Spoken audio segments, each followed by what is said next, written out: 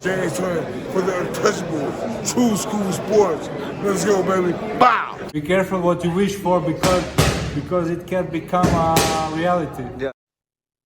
Don't tell me that this dude's gonna be tough for Boots. That's like, dude, just tell me, say, look, dog, this just an easy touch for him. It is what it is. This guy's tough. He's the IBO champion.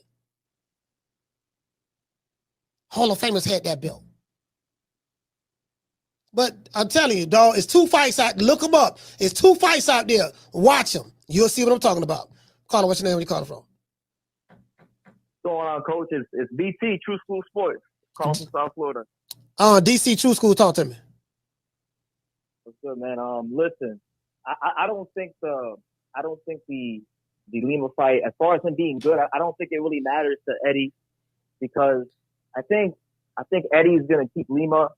Eddie's gonna keep the Boots Davy train rolling in Philadelphia, so that I think he sees Boots kind of as like a backup plan to, like, if this whole Saudi thing falls apart, because he has fighters still here in the States that could have been fought on these Turkey cards, and you don't really see him pushing like a guy like Diego Pacheco or Boots. I feel like he's keeping certain guys on the American roster fighting in America, so that if that whole thing falls out of place, he can go ahead and still have a backup plan. Is this Brian? No, this is True School Sports. This is Brendan. Oh, what's going on, fam? Yeah, I'm listening to your voice. I'm like, yeah, what's good with you, bro? It's my first time calling in. I listen to you enough. So I said, let's call Coach. What's going on? Yeah, man. Hey, man, last time I saw you was in Vegas, man. Yeah, it was a while ago, but I watch your show a lot, and you do great work. So, and I don't watch a lot of channels, so I do enjoy your show. So I figured I'd call in. Yeah, Brendan, man, I appreciate you, man. Listen, so my whole thing is this. I get it. You're fighting Wisma Lima. I get all of that, right? But just what I think the only thing I'm looking at the interview what Eddie gave, what he just said, and it's like I feel like I caught him in several lies in this interview, because the narrative that's out there, then the narrative that's out there, but what he said is total opposite of what the narrative is. So it's kind of like, now I see how some people are being misled or thinking that, this contracts was signed, one guy ducking, this guy ain't ducking. But Lima, I don't know how he got in the top 10. I'm looking at box rec. I can you can get me a box rec right now for the right money. So we know how that shit work. And he's go ahead.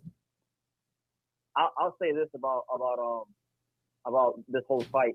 Just by this fight even happening or being lied to, because Eddie Hearn said in December when the Vergil negotiations fell out of place, Eddie said back then that pretty much, like, if Vergil has to go, or if Boots has to go to 54, we're gonna go straight into a Vergil fight. He literally said that. He said his exact words were, if Boots wants to move up, he's got to go straight into the Vergil Ortiz fight. We aren't going to go into any other fight. That was a quote from December 2024. So just by this fight happening, we're already being lied to.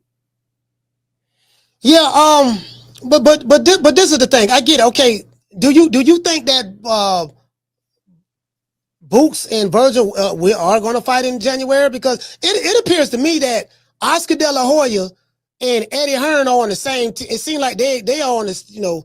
They are on the same. I don't want to say same team, but it seems like they are in cahoots. It's like I'm keeping Vergil away from Boots, and then Eddie Hearn is like, I'm keeping Boots away from Vergil. It kind of seemed like that to me. It kind of seemed like both sides are doing the same thing. Maybe am I wrong or what? I don't think you're wrong, and I don't think the Vergil fight happens in January, because this fight with Lima is a WBA eliminator, and the WBA champion is going to be Jaron Ennis. Once Carter fights Canelo, Jaron Ennis is going to be elevated to full champion, and then he has a fight coming up against some guy from France. The winner of that fight will be the WBA champion, and Boots will fight that guy next. You talking about Talise?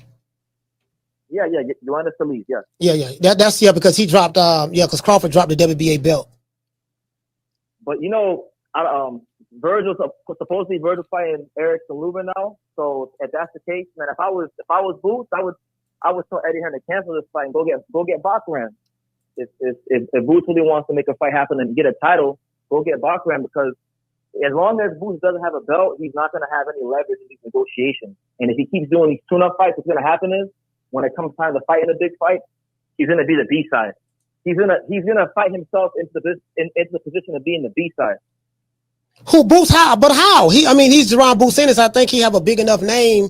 I mean, it's already a foregone conclusion that he would beat everybody in the sport of boxing, and everybody is afraid of him. So I'm saying, like, it's a foregone conclusion. Like, when I hear people talk, no, he's the eye test champion. The eye test champion. You know, so how would he be the A side? How would he be a B side to anybody though? Because his fan base is mostly in Philadelphia. If he fights outside of Philadelphia, he's not going to be the same draw that he is in Philly. I've been to Boots fights outside of Philadelphia. I know he's not selling tickets like that outside of Philly.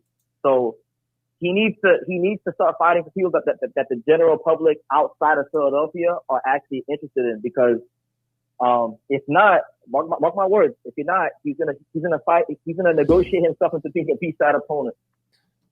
Well, you know, not if Turk Al-Sheikh is involved. If Turk Al-Sheikh gets involved, then, you know, I mean, is there really a A side, B side in that situation, in that equation? No. If they fight inside, there's no A side or B side. But, you know, Turkey, I think will want to probably put Boots and Vergil on one of those Ring Magazine fights in the States. Because that fight would do good business in the States. Because he's a businessman. I don't know.